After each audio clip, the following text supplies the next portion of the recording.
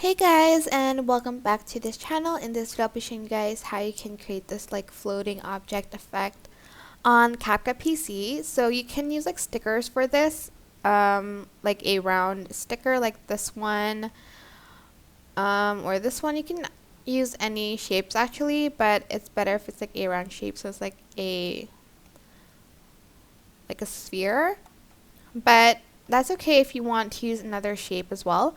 So I'm just going to choose, like, let's say this one. Wait, I like this one actually a lot better. So I'm just going to put it like here, so it's like floating.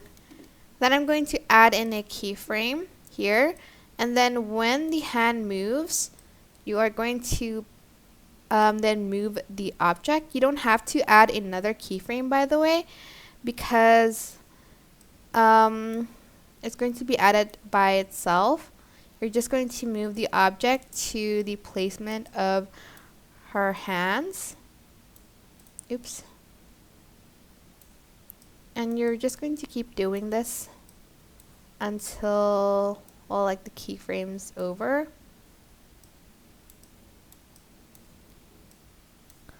And like we're gonna move it down. Now she's going to move her hand down like so. It does take a long time, but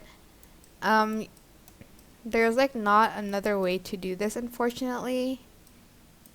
You can like do like the motion tracking, but it is very inaccurate, so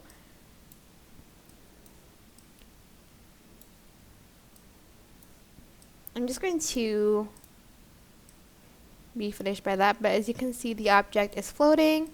I hope this tutorial was helpful for you guys. Don't forget to like, comment, share, and also subscribe to this channel if you haven't done that already.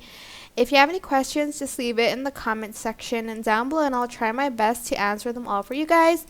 If you found this video helpful, please click the thanks button above the description box down below. Thank you so much for watching. Bye!